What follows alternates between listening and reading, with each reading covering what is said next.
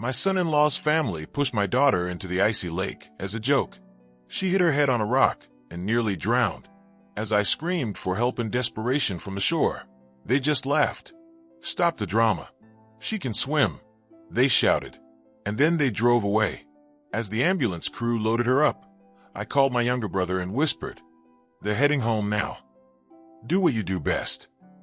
Before we begin, if you enjoy stories like this, please subscribe to this channel, Clara Stories, and like this video. Write in the comments what country you are watching us from. I'm very curious to know. Enjoy listening.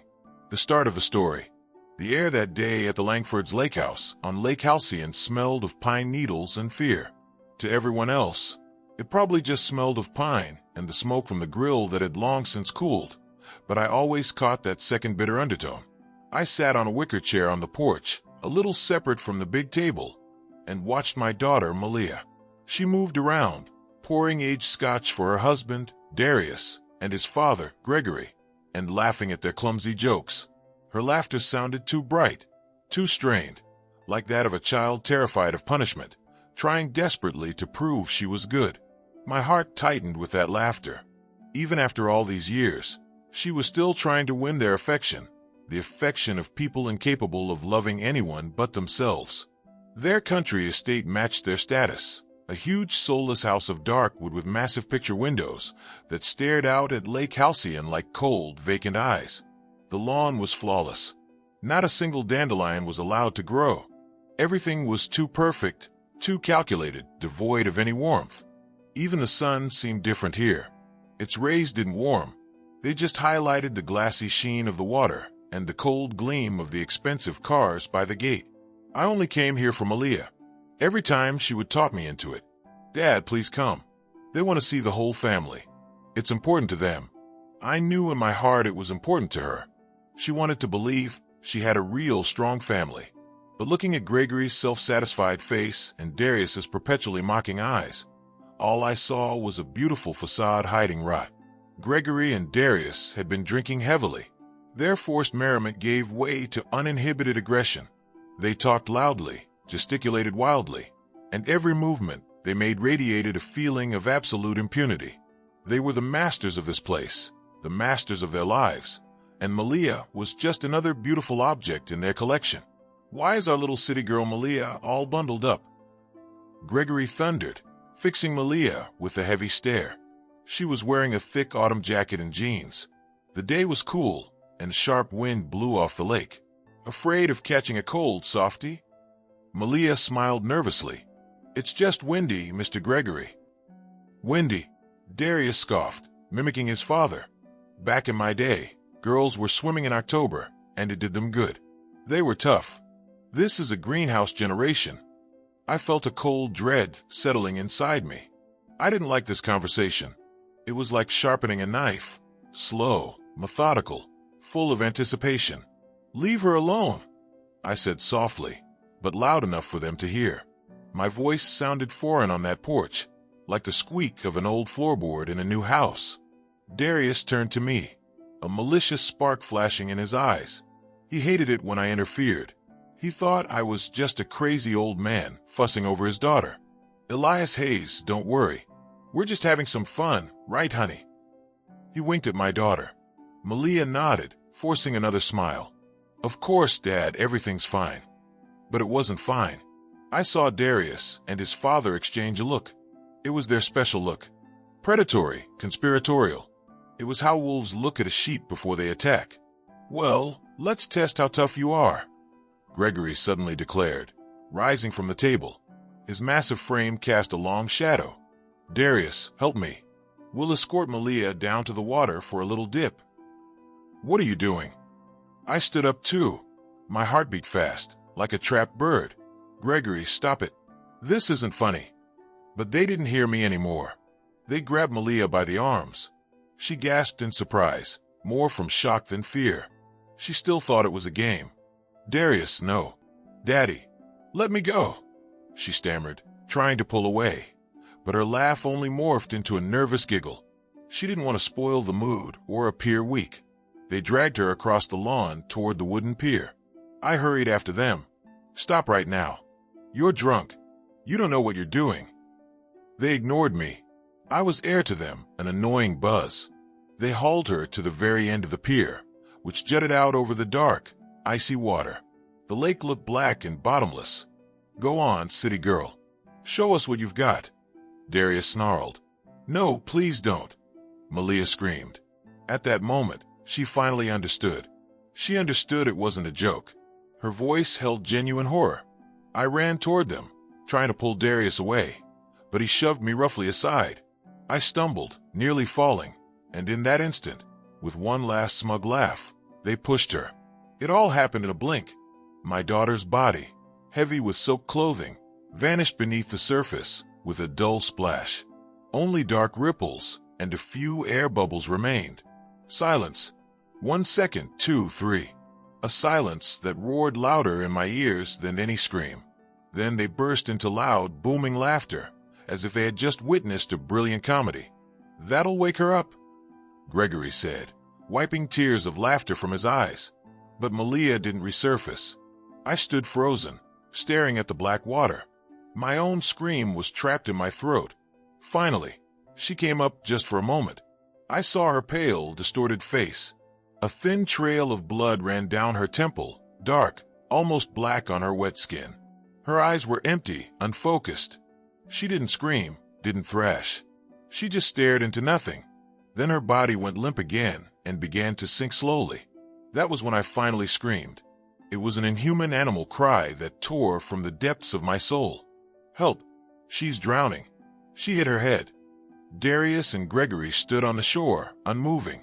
"Oh, come on, Elias Hayes." Darius waved casually. "Stop the drama. She can swim." "End this hysteria," Gregory added, turning toward his black SUV. "She'll climb out on her own. A little cool down won't hurt." They turned and walked to their SUV. I looked at them, unable to believe my eyes. They were simply leaving her there in the icy water. I screamed again, my voice cracking. "Where are you going? Come back. She's dying." The car door slammed shut. The engine roared to life. Darius stuck his head out the window and, still grinning, yelled, "Don't ruin our evening, father-in-law. See you at home." And they sped away. The crunch of gravel under the tires, the distant hum of the engine, and then silence, only the lapping of the water and my desperate, helpless scream dying in the cold evening air above the black, indifferent lake. I stared at the water, and the scream froze in my throat. It turned into an icy knot that pressed down on my lungs, making it hard to breathe. The world narrowed to that dark spot on the lake surface, and the spreading ripples. The panic that had just been tearing me apart suddenly condensed, solidifying into something else, hard and heavy. It sank to the bottom of my soul, replaced by a shrill, unnatural emptiness. In that emptiness, I heard a distant sound, the put-put of a boat motor. I turned my head. Behind the reeds, about 100 yards from the shore, a small inflatable boat was moving slowly. A man in a faded camouflage jacket sat inside. A fisherman. I didn't scream again. I had no voice. I simply raised my hand and pointed to the spot where my daughter had disappeared underwater. The man in the boat didn't understand at first, but then he must have recognized my face.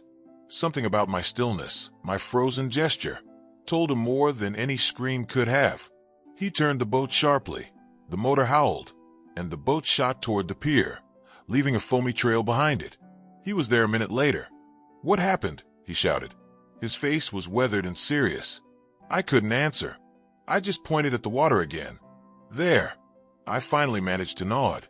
He asked no more questions. He cut the engine, grabbed a boat hook, and began peering into the dark depths. I stood there watching him work. Every movement was precise, deliberate. He knew this lake. He knew what to do. And I, an old man who had lived so many years, who had endured so much, was in that moment as helpless as a newborn kitten. He hooked her jacket with the boat hook. I saw a flash of light fabric underwater. He leaned over the edge, risking falling at himself, and pulled her up with incredible effort. As he hauled her into the boat, I saw her face, blue, lifeless. In that moment, the ice inside me broke, but it didn't melt. It shattered into 1,000 sharp shards. I pulled out my cell phone. My fingers wouldn't obey, but I forced them to dial 911. 911, ambulance. I spoke calmly and clearly to the operator, giving the address of the vacation community and directions to the lake. I wasn't crying. My voice sounded strange, mechanical, while the fisherman performed mouth-to-mouth resuscitation in his boat, and I gave instructions to the paramedics from the shore. Images flashed through my mind. Malia, at 5 years old, crying with a scraped knee in my arms. Her as a first grader proudly carrying her first bouquet. Her at high school graduation twirling in her simple but beautiful dress. Her eyes shining with joy. And her on her wedding day looking at Darius with such hope, such faith that I desperately wanted to shout, "Don't do it, baby. They will destroy you." But I stayed silent. I stayed silent then, and I stayed silent all these years for her fragile, hard-won happiness. I smiled at these people, shook their hands, sat at their table, and swallowed their poisonous jokes like bitter medicine. I thought that was my sacrifice, a sacrifice for her family. What a fool I was. Ambulance arrived quickly. Medics ran out with a stretcher. They surrounded Malia, connecting her to monitors and covering her with the rescue blanket. I heard snippets of sentences: pulse weak, severe hypothermia, head trauma. They worked together, coordinated and fast, like a single mechanism. The fisherman stood nearby, kneading his cap in his hands. He wanted to say something, but I just looked at him and nodded, and he understood. He turned silently and walked back to his boat. I watched the flurry of medics, the flashing lights of the ambulance reflecting in the still water of Lake Halcyon. And in that moment, I knew the old life was over. The life where I was just a father, just a father-in-law, just a quiet, retired maintenance supervisor whom no one took seriously. That man died right there on the pier the moment my daughter went under, laughed at by her own husband. I pulled out my phone again. My fingers no longer trembled with shock. Now they trembled with something else. A cold, pure rage like distilled water, fueled by a decision already made. I scrolled through my contacts, names, and there he was, a single name, Isaac. I hadn't called that number in over 10 years, not since he torched the career of a very influential man and was practically blacklisted from his own profession. We had fought hard back then. I didn't accept his methods, his obsession, his ruthlessness. And now, that was exactly what I needed. I pressed call. It rang for a long time. I was sure he wouldn't answer or had changed his number. But on the fourth ring, his deep, smoky voice came on. "Yeah, who is it?" He didn't recognize my number. "Isaac, it's me." My voice was quiet, almost a whisper. I didn't want the medics to hear me. This wasn't their conversation. Silence fell on the other end. A long, heavy silence. I could almost feel him straighten up, the gears in his brain beginning to turn. He didn't ask what happened. He never wasted time on unnecessary questions. "I'm listening, Elias," he finally said. I looked at the road where the Langfords had driven away 10 minutes earlier. They were probably already nearing the city, likely with music playing, laughing, and looking forward to a cozy evening at home. They didn't know yet that their cozy world was already cracking. "They're heading home now," I whispered into the phone. "Do what you do best." I didn't wait for a reply. I just hung up. The decision was made. All bridges were burned. The old rules no longer existed. The medics slammed the ambulance doors shut. The siren wailed, and the vehicle sped away, carrying my daughter with it. I remained standing on the shore of that black lake in the deepening twilight, and for the first time in many years, I felt no fear, but a strange, terrifying calm. The calm of a man who has just pulled the trigger. I called a cab. It came quickly. An old car that smelled of gasoline and cheap air freshener. The driver, an older, mustachioed man, looked at me anxiously in the rearview mirror. I must have looked terrible, my clothes stained with dirt, my face frozen into a gray mask. He tried to start a conversation, asking if everything was okay, but I stayed silent. All the words had been left behind on the shore. The entire drive to the city hospital, I stared out the window at the passing lights, but I didn't see them. In my head, with cold, detached clarity, a different scene was playing out, a vision of what was happening at the Langfords' house. Right at that moment, I could see it. I could almost see their black SUV driving through the automated gate of their massive fortress-like home. Gregory stepped out first, heavy, authoritarian. Darius followed behind, still smirking, full of drunken arrogance. They entered their sterile, lifeless foyer, which smelled of expensive cologne and furniture polish. Their footsteps echoed in the silence. They weren't worried. Why should they worry? Malia was strong, healthy, could swim. She had just been dunked. She was scared. No big deal. And the father-in-law was always hysterical. He would shout and moan, and then Malia would come as always and fix everything. She would say, "Dad, stop. They didn't mean anything by it. They're just kidding." She had always defended them, always. I imagined Darius pouring himself another scotch, tossing ice into the glass. The ice clinked against the crystal, just as the last coin in a beggar's pocket might clink. Gregory turned on the massive plasma screen TV. Some financial news program. Numbers, charts, serious faces. They immersed themselves in their world, where everything was measured by money and power. What had happened an hour ago by the lake was just a minor annoyance, a bothersome interlude already almost forgotten. They were, after all, above consequences. Then the phone rang, not a cell phone, but the landline.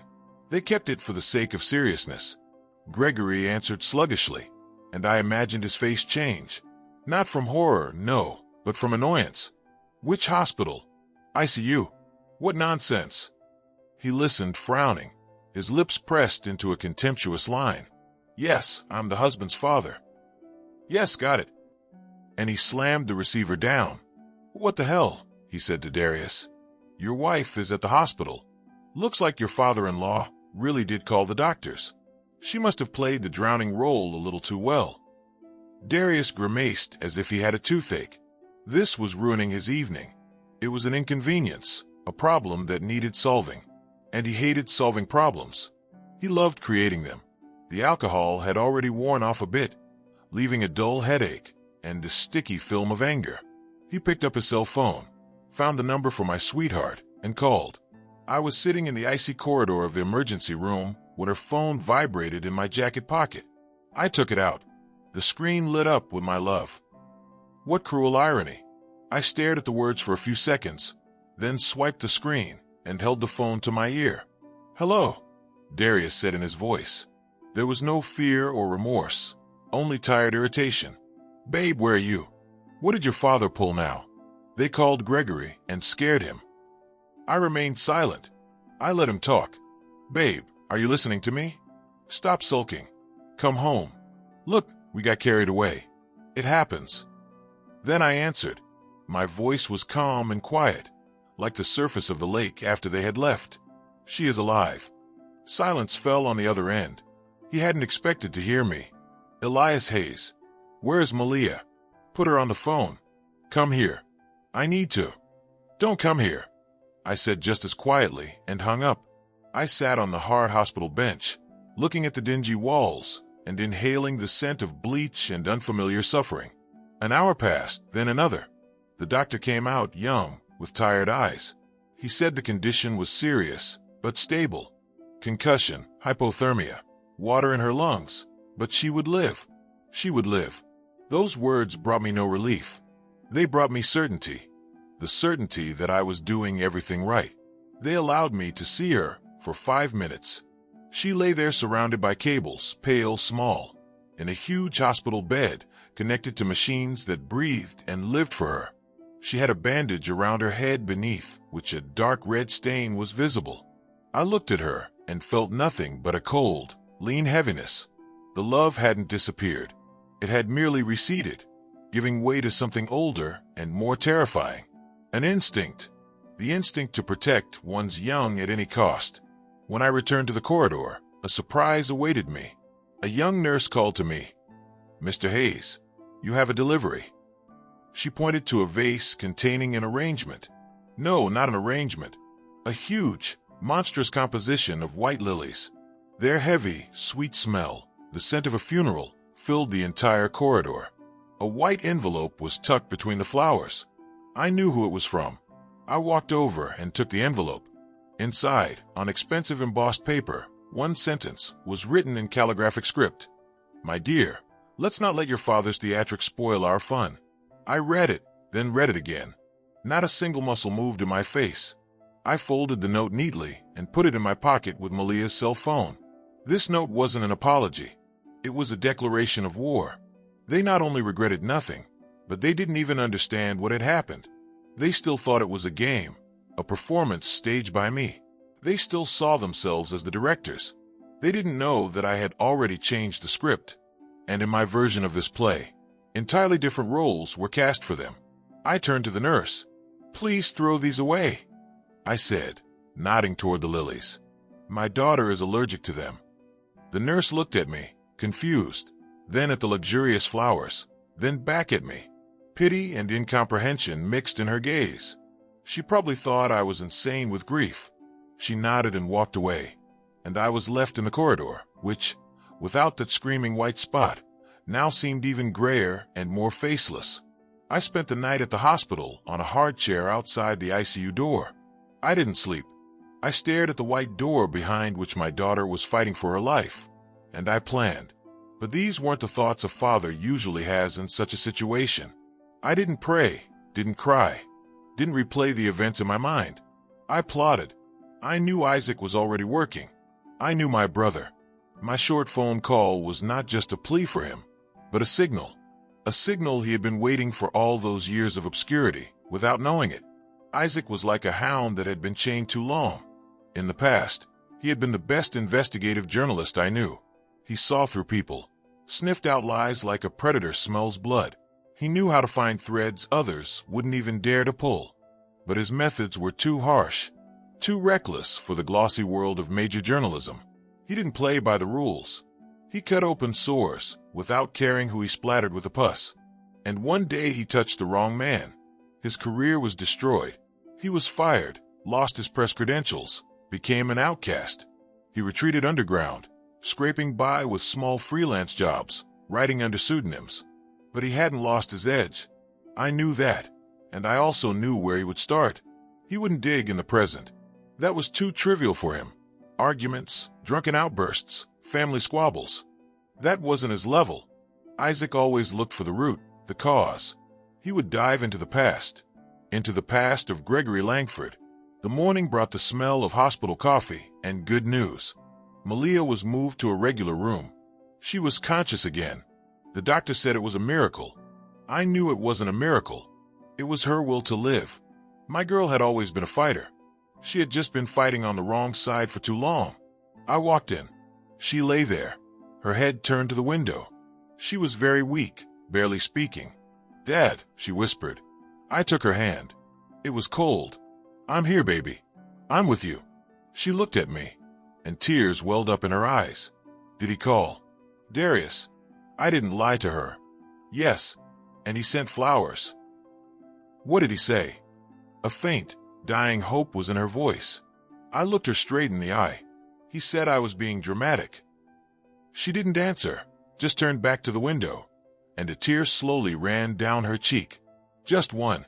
In that single tear was more pain and disappointment than in any scream. In that moment, I knew she was starting to see too. The icy lake water had washed away the veil she had worn for years. The phone rang in the afternoon when I had gone out to the hospital park for some fresh air. The number was unknown. "Yes, this is Elias."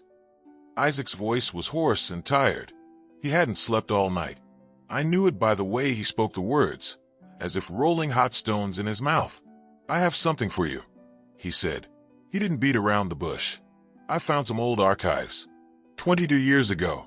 Same lake, a different boat. Gregory Langford and his business partner at the time, a man named Malcolm Pierce. They went fishing. Only Langford returned. He claimed Pierce was drunk, fell overboard, and hit his head on the propeller. An accident." I listened, and the cold that had settled in me by the lakeshore grew denser. "The case was closed after a week," Isaac continued. "Too fast for a story like that. I tracked down the detective who handled the case, Detective Ron Healy. He's retired now and keeps bees in a quiet town in the Sierra foothills. The old man fought me for a long time," Isaac said, "but I know how to be persuasive." I knew what he meant. His persuasion could break others too. Healy caved. He said he was heavily pressured from above. They brought him an envelope full of cash and a photo of his daughter, a college student, and he signed everything. He said that sin has tormented him his whole life. The picture that was coming together was gruesome, ugly, but terrifyingly logical. But that's not all, Isaac said. Pierce had a son. He was about 10 years old back then. They had no contact. The father had left the family. I found him. He works now as a simple auto mechanic in Oakland. He hates his father, but he kept some of his things, among them letters. Letters Pierce wrote to his sister shortly before his death. In them, he wrote clearly that Langford had cheated him out of almost all his business shares. He intended to go to the district attorney. A week after that letter, he accidentally drowned. I closed my eyes. The vague, unexplained anxiety I had felt all those years near the Langfords, the worry that everyone, including my own daughter, attributed to my overly anxious nature, wasn't anxiety. It was intuition, a deep animal sense that had screamed at me that monsters were living next to my child. I wasn't surprised. I wasn't shocked. I only felt a strange, icy confirmation, as if I had walked through a dark room all my life, bumping into furniture, and now someone had flipped the light switch, and I saw that the room was full of traps.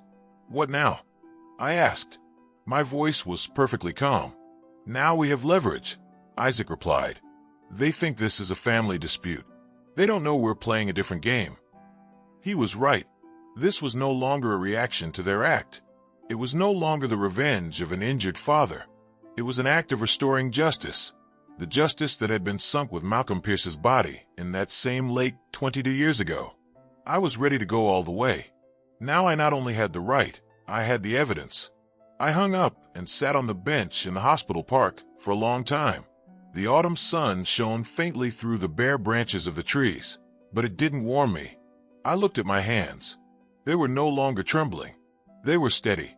They were the hands of a man who knew what to do next. The next 2 days passed in the fog of hospital routine.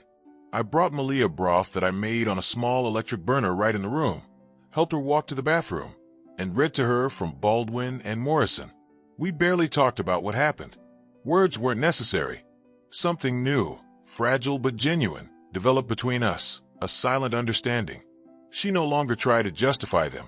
She simply remained quiet, and in her silence was more condemnation than in all my words. Darius stopped calling. He had apparently decided to starve us out. He was waiting for Malia to calm down and call him herself, as was always the case after their arguments. He didn't understand that this time everything was different.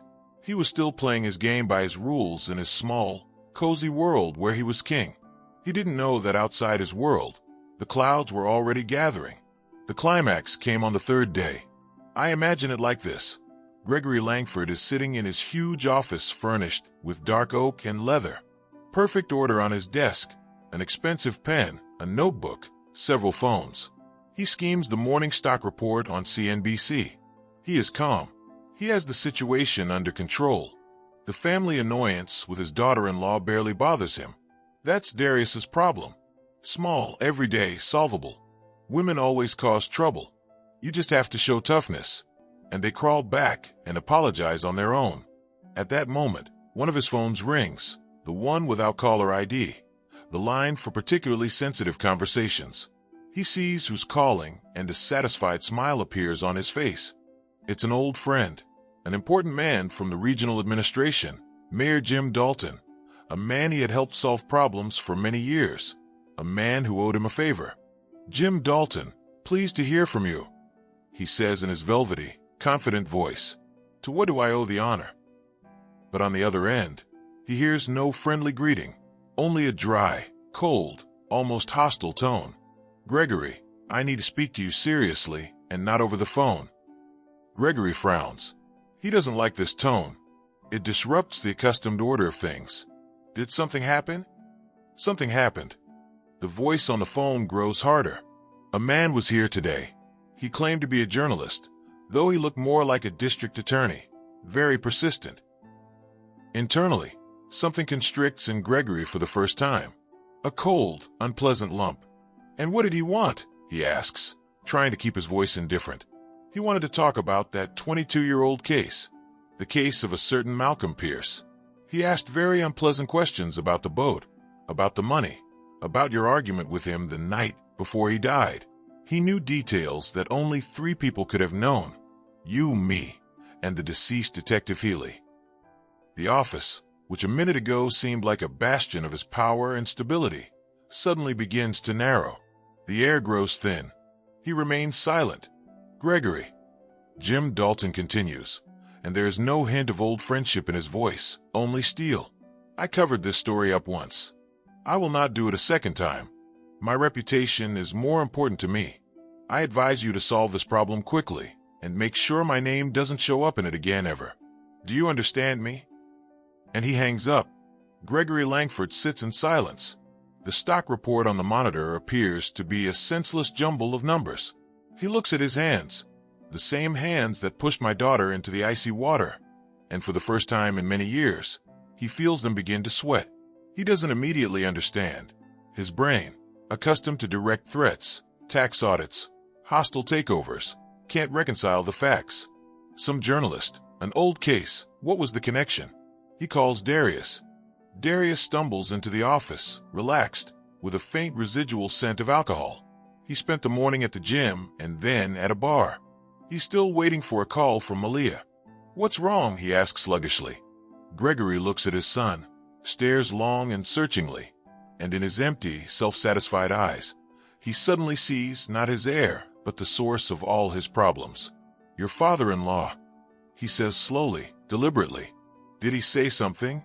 Threaten us? Darius grins. The old man? What's he going to do? Cry? Complain to Malia? That's it. Did he call anyone after it happened? Darius thinks it over. I don't think so. He stood there on the shore like a statue. He was yelling something, but I didn't listen. And then it slowly dawns on Gregory, like poison entering the bloodstream. That quiet, insignificant old man whom they had never taken seriously. His calm, dead voice on the phone when he took Darius's call. His refusal to talk. That wasn't despair. That was a plan.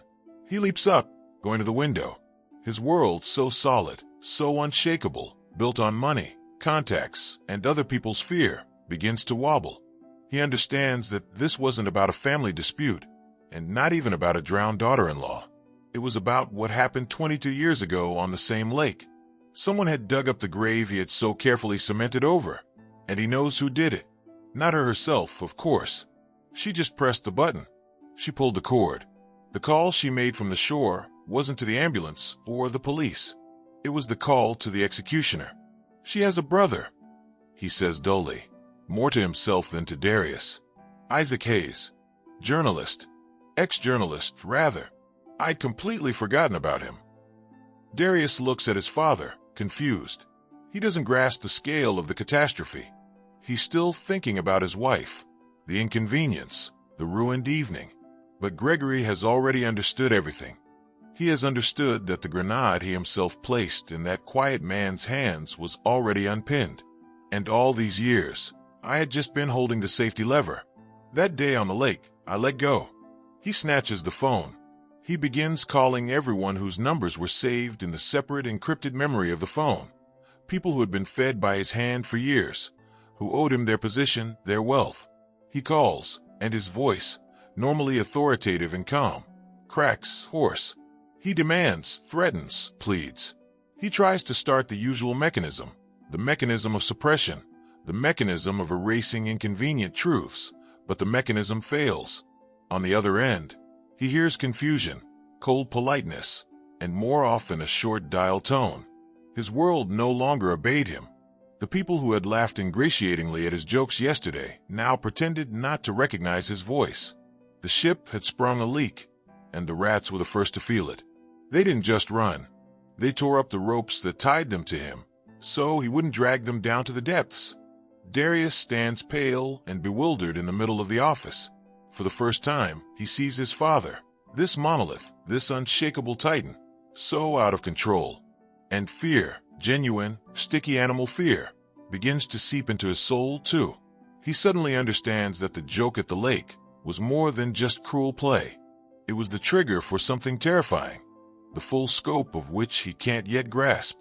I didn't see any of this. I didn't need to. I knew it was happening.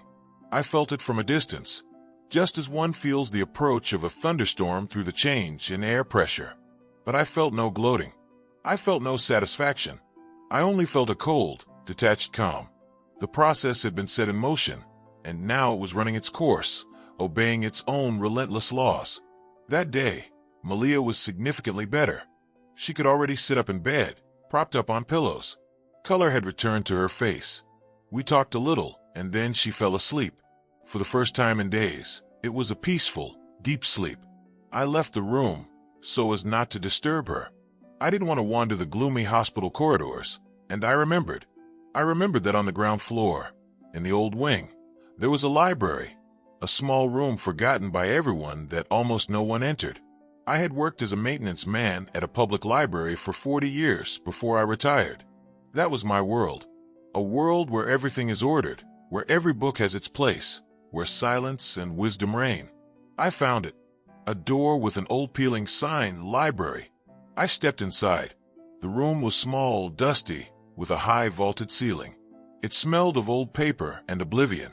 Shelves full of books lined the walls. On a large table in the center, piles of books were stacked.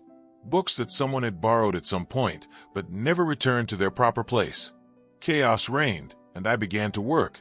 Not because someone had asked me to, but because I needed to. It was the only thing I could do at that moment to preserve my own spiritual balance. I started sorting the books on the table. I picked up each one, wiped the dust from the cover, looked at the call number on the spine, and found its place on the shelf. Here, a tattered volume of Ralph Ellison. I put him between James Baldwin and August Wilson. Greats beside greats. Here, an old medical guide. It belonged on the top shelf in the technical section. Here, a thriller by John Grisham. It went to modern fiction. My movements were slow, methodical, almost ritualistic. I thought neither of the Langfords nor Isaac, not even of Malia. I thought only of the books, of the fact that everything in this world should have its place, that an order once disturbed must be restored. I worked, and the chaos in the small hospital library gradually receded. The table became cleaner. The shelves filled up in strict alphabetical and thematic order. I was restoring harmony in this tiny enclosed space, and this simple physical activity gave me peace. It was creation, a counterweight to the destruction I had set in motion. Eventually, my phone rang. It was Isaac. I wedged the phone between my ear and shoulder and continued shelving books. "He's running around like an animal in a cage," Isaac said without preamble. His voice was calm, but I heard the notes of predatory joy in it. "He's calling everyone, trying to exert pressure, to buy people off, to intimidate, but it's too late. The information has leaked. His old friends are shunning him like a leper. He's become toxic." "Good," I said, placing a thick volume of Baldwin in its spot. "He knows it's me, and he knows you're behind me. He's going to try to act, probably with force. He'll send his people. I just wanted you to know." "I know," I replied. "Be careful. Don't worry about me, big brother," he laughed. "I haven't lived where I'm registered for a long time. I'm safe. But you'll need a good lawyer soon, although I'm afraid even that won't help." We said goodbye. I put the phone in my pocket and picked up the next book. It was a children's collection of African folktales, with bright pictures of talking animals and heroes. I ran my hand over the glossy cover. I wasn't afraid for Isaac. He was in his element. I felt no hatred toward the Langfords. To me, they were no longer people, but objects, pieces on a chessboard that I myself had maneuvered into a state of checkmate. I didn't need to see their panic. I didn't need to hear their anxious voices. Their agony didn't interest me. In that moment, in this quiet, dusty library, I was absolutely calm. I was simply restoring order, in the library, in my life, and in my daughter's world. I knew that soon the last book would find its place on the shelf, and then silence would fall. Real, full, final silence. When the last book from the table found its place on the shelf, I felt a deep weariness, not physical, but spiritual, as if I had finished a very long and difficult task. I looked around the quiet, tidied room. Harmony now reigned here. I left the library, pulling the door tightly shut behind me, and returned to the world of hospital smells and muffled sounds. Meanwhile, on the other side of the city, Gregory Langford's agony reached its peak. He had exhausted all his resources. His calls were no longer connected. His threats only elicited irritation. He understood that his empire, which had seemed eternal and unshakable to him, was only a house of cards, and someone had pulled the most important card from the foundation. Desperation is a poor advisor. It makes smart people do stupid, predictable things, and Gregory, having lost the ability to act subtly, decided to proceed crudely. He resorted to the last argument he had left: violence. He called the head of his security detail, a sullen man with a heavy jaw and vacant eyes, a former Special Forces soldier who carried out the dirtiest jobs for him. "I need the address of this journalist, Hayes, and I need him to be spoken to very seriously. So seriously that he forgets not only my name but his own." The man with the heavy jaw nodded silently. For him it was routine work. Finding the address in this city wasn't difficult, especially with access to certain databases. An hour later, two inconspicuous dark cars, with no license plates, pulled into the courtyard of an old housing project on the outskirts of the city. Four sturdy men in identical black jackets got out. They entered the stairwell, which smelled of cats and dampness, unhurriedly but purposefully, and climbed to the 7th floor. They went to apartment number 47, a shabby faux leather door, an old, almost antique doorbell. One of them pressed the button. In response, silence. He pressed it again. Still silence. "Enter," the oldest one commanded briefly. They didn't bother with the lock. One of them, the largest, stepped back a few paces, took a running start, and tore the door frame off its hinges with a deafening crash. They stormed inside, but the apartment was empty. It wasn't just empty. It was dead. A thin layer of dust on the old mismatched furniture, a stack of yellowed newspapers on the kitchen table, a dried-up plant in a pot on the windowsill. It was obvious that no one had lived there for a long time.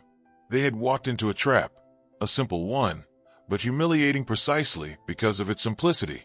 While they stared at each other in the gloom of the deserted apartment, my brother Isaac, only a few miles away in a faceless rented hotel room, looked at his laptop screen. A simple blog platform was open. The text was already entered.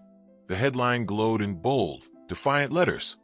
"Drowned twice in the same lake. The 22-year history of impunity." Below the headline was a dry but devastating text: facts, data, names, copies of Pierce's letters, quotes from a secret interview with the former Detective Healy recorded on a voice recorder, the testimony of the fisherman who rescued Malia, the photo of the bouquet of lilies with the accompanying note, and finally the report of what had happened at Lake Halcyon just 3 days ago. Everything was laid out with cold procedural precision, without emotion or accusation, just facts. But their totality was more terrifying than any verdict. Isaac looked at the clock. He had been waiting for this moment. He knew they would come for him. He himself had given them that hint through one of his informants. He knew that brute force would be their last desperate move, and he used it. Exactly at the moment Gregory's men broke down the door to his old apartment, thereby demonstrating their methods to the entire neighborhood, Isaac moved the cursor to the publish button. Below the article, an address list was already prepared. The email addresses of all the major news agencies in the country, the editorial offices of regional and national TV channels, the official addresses of the district attorney's office, the Department of Justice, and a dozen well-known bloggers and public figures. He took a deep breath, exhaled, and pressed the button. In the next second, he hit send in his email program. That was it. The mechanism was set in motion. The genie was out of the bottle.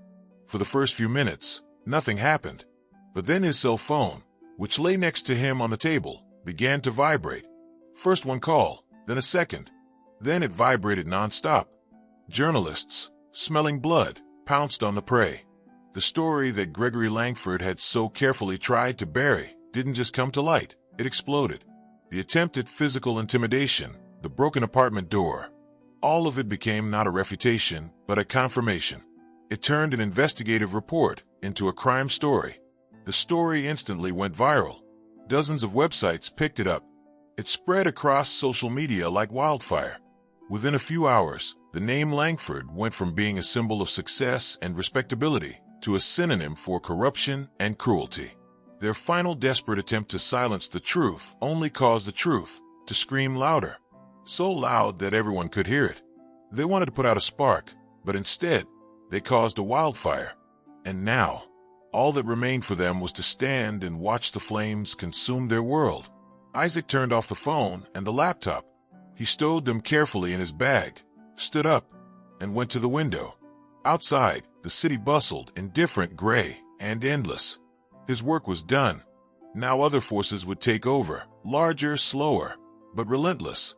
The state apparatus, public opinion, and justice itself. He had done what he did best. He had simply told the story, the true story. And the truth, as we both knew, is sometimes more terrifying than any fiction. A month passed. I stood in the middle of a living room that was until recently unfamiliar, and now simply empty. The air smelled of cardboard, dust, and departure. Sunbeams fell through the dirty windows, drawing long streaks on the floor where dust particles danced lazily. The last box was taped shut. I ran my hand over it. On it, in Malia's shaky handwriting, were the words, "Books. Handle with care." My daughter sat on the windowsill hugging her knees, looking out at the street, at the busy, indifferent life of the city. In that month, she had changed a lot. Not externally. She was still the same slender woman with calm, serious eyes. But something had disappeared from her gaze. The desperate, ingratiating effort to please everyone was gone. The fear was gone. In its place was a quiet, melancholic wisdom. She had grown more in that month than in the last 10 years. We worked in silence, a comforting silence that exists only between very close people. We didn't need words to understand each other. Every movement was full of meaning. Here, I carefully wrapped her favorite mug in newspaper, and she nodded gratefully. There, she found an old photo of the two of us in the park, and a gentle smile appeared on her lips. We weren't just packing things. We were clearing the debris of her former life, carefully separating what was worth keeping from what had to stay behind forever. In this month, the world around us had turned upside down. The story published by Isaac had the effect of a bomb. A criminal case was initiated, first one, for the attempted murder of Malia. Then, after the testimonies of the old detective and Pierce's son, the cold case from 22 years ago was also reopened. Gregory and Darius were arrested. Their faces, confused, disbelieving, were shown on every television channel.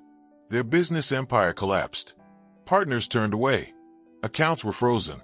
Their world, built on fear and money, crumbled to dust. We didn't follow it closely. We didn't read the news, didn't watch the talk shows discussing their case. We didn't need to. Our war had ended the day Isaac pressed publish. Everything else was just the aftermath. We were only interested in our own small, quiet life. Malia filed for divorce. It was her decision, made firmly, calmly, without tears or hysteria.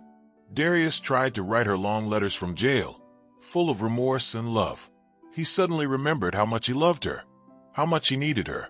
Malia read those letters and then silently tore them into small pieces. She no longer believed in words. The icy water of the lake had taught her to believe only in actions.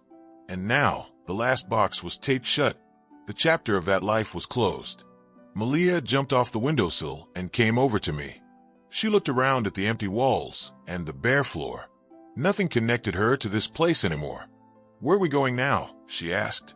Her voice was quiet, a little uncertain, like that of a person who has wandered in darkness for a long time and suddenly steps into the light. I silently pulled the keys from my pocket. Old, familiar keys with a small silver book charm she had given me many years ago. "I bought back our old apartment," I said simply. "The two-bedroom near the public library. Remember?" She looked at me, her eyes widening. Surprise flashed across them, then a warm, silent joy.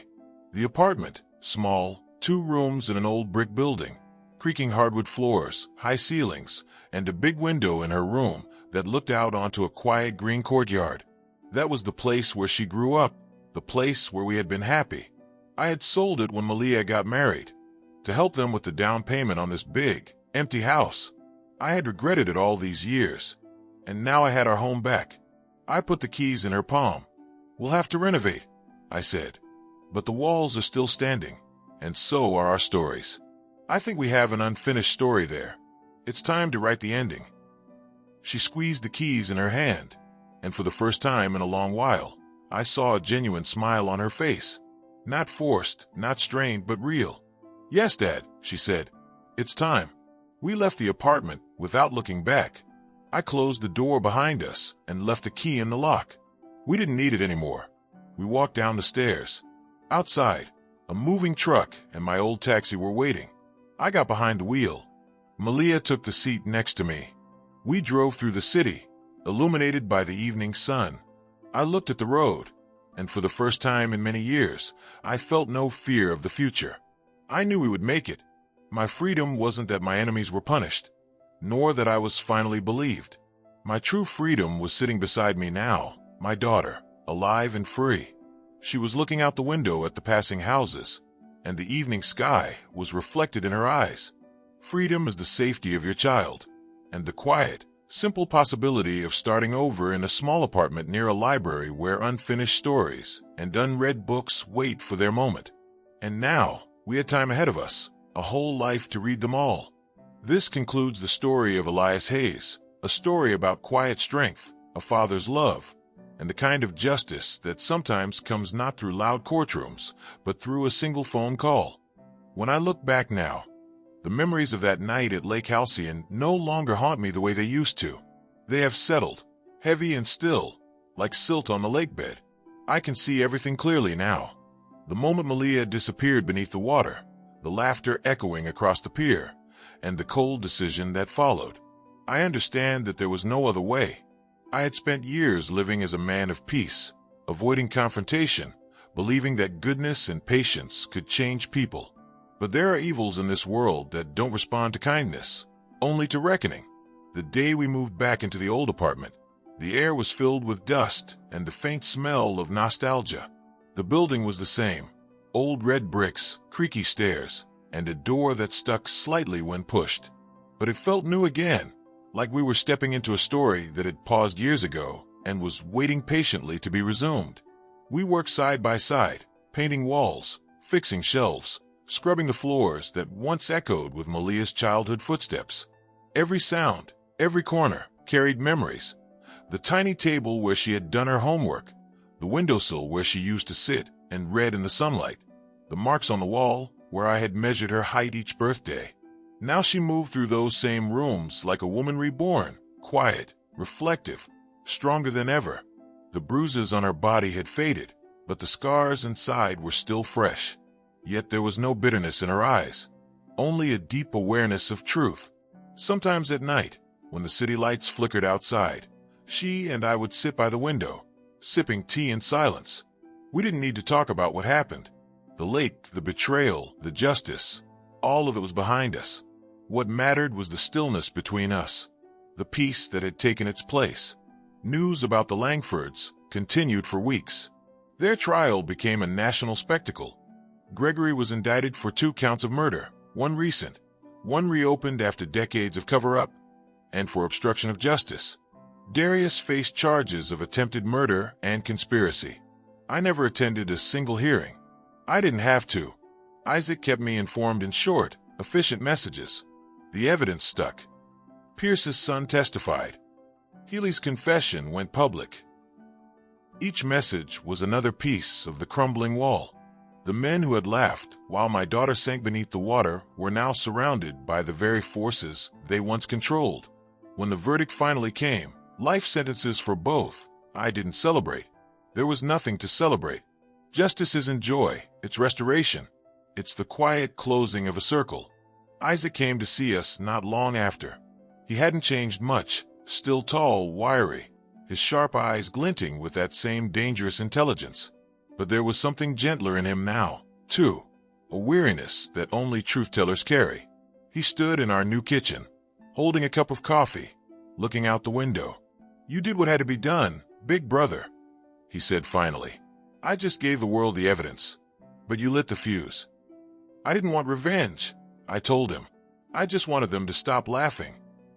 He smiled faintly, and now they never will again. We didn't speak much after that. Isaac had other stories to chase, other injustices to dig up. But before he left, he hugged Malia tightly, whispering something to her that I couldn't hear. When he stepped out the door, I knew that chapter, too, had closed. Life slowly returned to its rhythm. Malia found work at a small community library nearby. She organized reading programs for children, her voice soft and kind, her laughter cautious at first, then freer as the weeks passed. Every morning I'd walk her to work, stopping at the same coffee cart where the owner knew our order by heart. Black for me, vanilla latte for her. The city moved around us, loud and alive, but for the first time in years, I didn't feel out of place in it. I felt present. Sometimes, as we passed the park, I would see reflections of who we used to be, me pushing her on the swing, her laughter ringing out into the crisp autumn air. Those memories didn't hurt anymore. They reminded me that we had survived, that even after everything, there was still goodness left in the world. At home, I kept busy with small projects, fixing things, building bookshelves, planting herbs on the balcony. The apartment became a sanctuary of quiet order once again. Malia filled it with books, music, and the faint smell of lavender. On Sundays, we cooked together. She liked to experiment. I liked to taste. We argued about seasoning, laughed at burnt dishes, and ended the evenings with old records playing softly while the world outside dimmed. And sometimes, in the middle of that peace, I'd think of Lake Halcyon, not with fear or anger, but with an odd gratitude. That lake had taken everything from us, but in its cold reflection, it had shown us the truth. Months later, an envelope arrived in the mail. No return address. Inside was a photograph. It showed the pier at Lake Halcyon, empty, quiet, the water smooth as glass. On the back, written in small, familiar handwriting, were just 4 words. "It's finally over now." I knew it was from Isaac. He had gone back there, as he always did when stories ended, to look the truth in the face one last time. I pinned that photo above my desk, not as a reminder of pain, but as a symbol of closure. Because in the end, all stories must close, even the darkest ones. The seasons changed again. Winter came, coating the city in silver and silence. Malia and I decorated a small tree together, our first Christmas in the new old home. She hung ornaments we had saved from years past, tiny stars, a paper angel she'd made as a child. I watched her smile as she hung the last one and realized that life, no matter how scarred, finds a way to bloom again. Later that night, she handed me a wrapped package. Inside was a worn, hardback book, Invisible Man, my old favorite. I opened the cover and saw her handwriting on the first page. "To my father, for teaching me that even in the darkest places, the truth still shines." I couldn't speak. I just closed the book gently, nodded, and whispered, "Thank you, baby girl." We sat together by the window, watching the snow fall over the city. The lights outside blurred softly, like a painting. For the first time in a long time, I felt something warm spread through my chest. Not anger, not vengeance, but peace. Peace earned. Peace deserved. So this is how the story ends, not with shouts or sirens, but with quiet breathing in a room full of light. Malia asleep on the couch, the kettle humming on the stove, the photo of the lake above my desk, and a faint smell of lavender in the air. Sometimes I still ask myself where the line truly lies, between justice and revenge, between punishment and redemption. I don't think there's an easy answer, but I know this: silence in the face of evil is its accomplice. I didn't scream or plead with the consciences of those who had none. I simply acted, and when I did, the world shifted, just a little, toward balance. That's all any of us can do. If you've listened this far, thank you.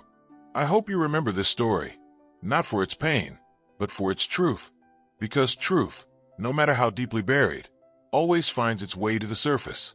And sometimes, when the water is still enough, you can see it shining there, clear, quiet, and unbroken, just like Lake Halcyon at dawn.